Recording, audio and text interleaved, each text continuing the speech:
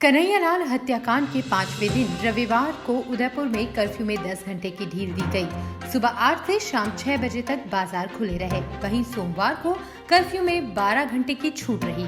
इसको लेकर जिला मजिस्ट्रेट ने आदेश जारी किए। जयपुर में रविवार दोपहर से इंटरनेट शुरू हुआ। उदयपुर में नेट बंदी जारी रहेगी, जबकि सीकर में फिर से अगले 24 घंटे के लिए इंटरनेट बंद किया गया है। कन्हैयालाल की हत्या के खिलाफ जयपुर में रविवार को प्रदर्शन हुआ। स्टैच्यू सर्कल पर सुबह 10 बजे से हनुमान चालीसा का पाठ किया गया और हत्याकांड को लेकर विरोध जताया। हिंदू संगठनों के साथ कई सामाजिक और धार्मिक संगठन इसमें शामिल हुए।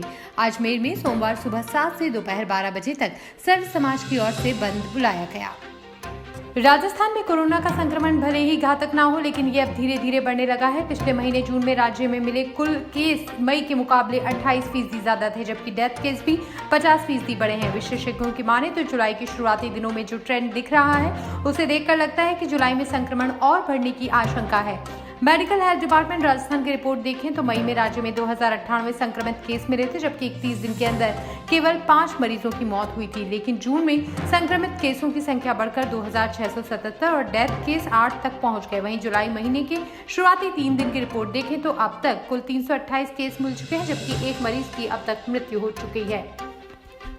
झुंझुनू में जय नारायण व्यास विश्वविद्यालय जोधपुर की ओर से आयोजित पीटीईटी परीक्षा संपन्न हो गई। झुंझुनू में 17,410 परीक्षार्थी रजिस्टर्ड थे, जिसमें से 15,740 परीक्षार्थियों ने परीक्षा दी और 1,670 परीक्षार्थी अनुपस्थित रहे।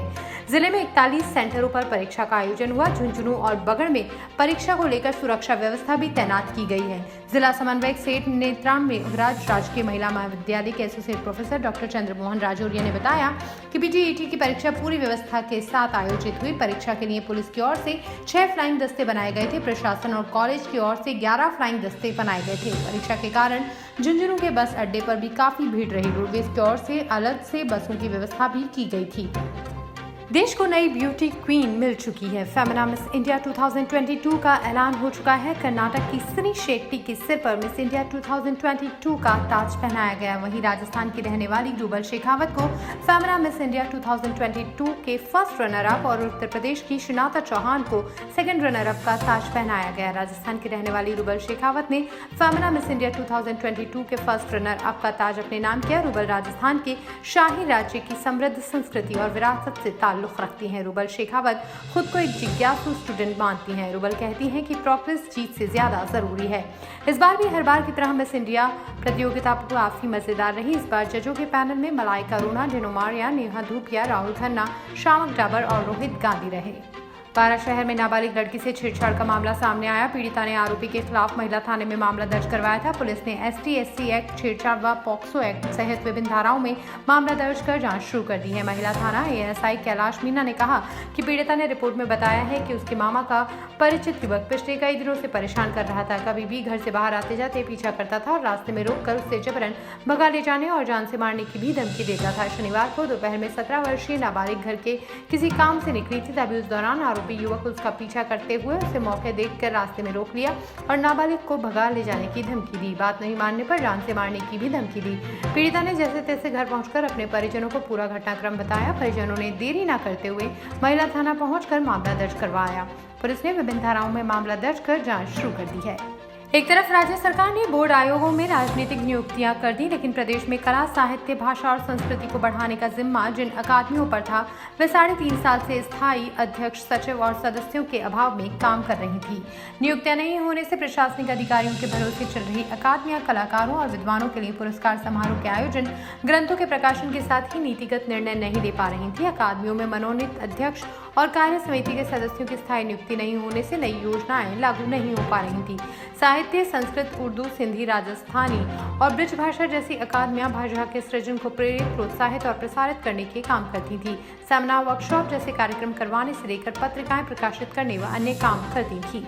पासपोर्ट ऑफिस की तर्ज पर अब जयपुर में जमीन, मकान या फ्लैट की रजिस्ट्री कराने के लिए भी टाइम स्लॉट प्रणाली लागू की जाएगी। ये व्यवस्था तीनों DIG स्टाम्प के उपपंजीयन कार्यालयों में लागू होगी। फिलहाल ये प्रयोग 2 महीने के लिए होगा। अजमेर, उदयपुर, जोधपुर में इस व्यवस्था को 2 महीने पहले लागू किया गया था। वहां सफल होने के बाद इसे जयपुर में लागू किया जा रहा है।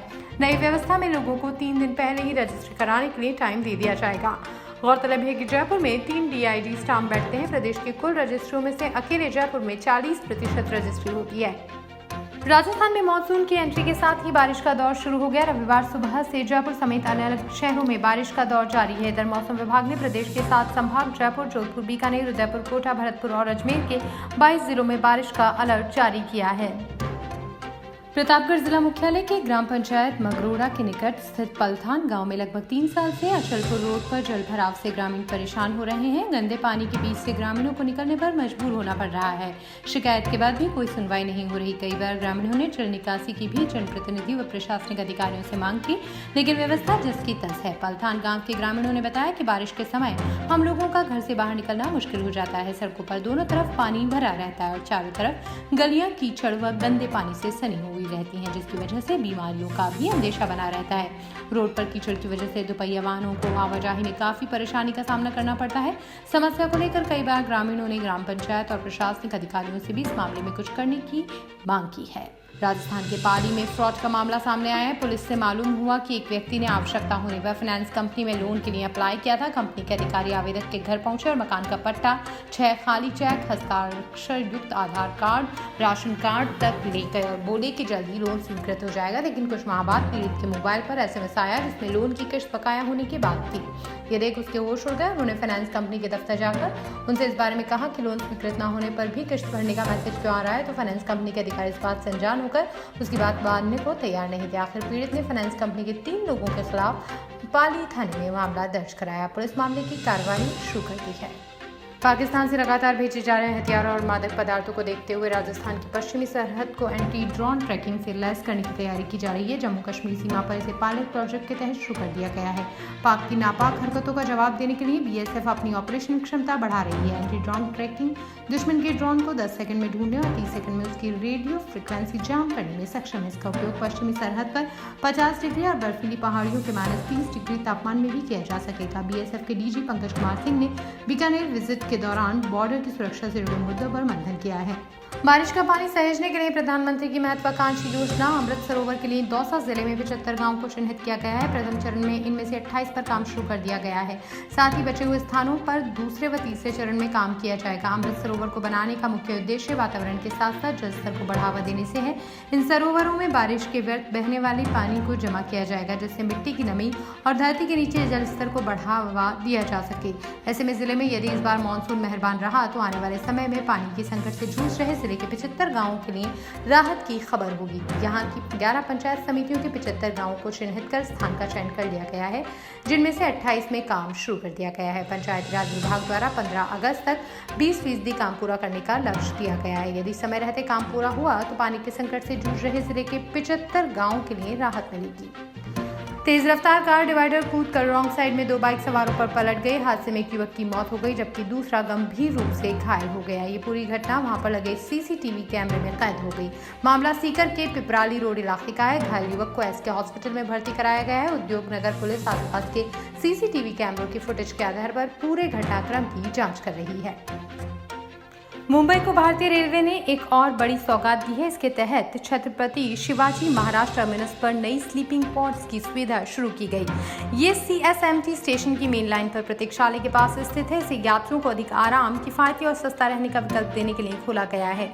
मध्य रेलवे ने गैर किराया राजस्व के माध्यम से अपनी नई पहल के तौर पर पॉड होटल की शुरुआत की है। केंद्रीय रेल मंत्री अश्विनी वैष्णव ने ट्विटर पर स्लीपिंग पॉड्स की तस्वीरें पोस्ट कर लोगों को जानकारी दी।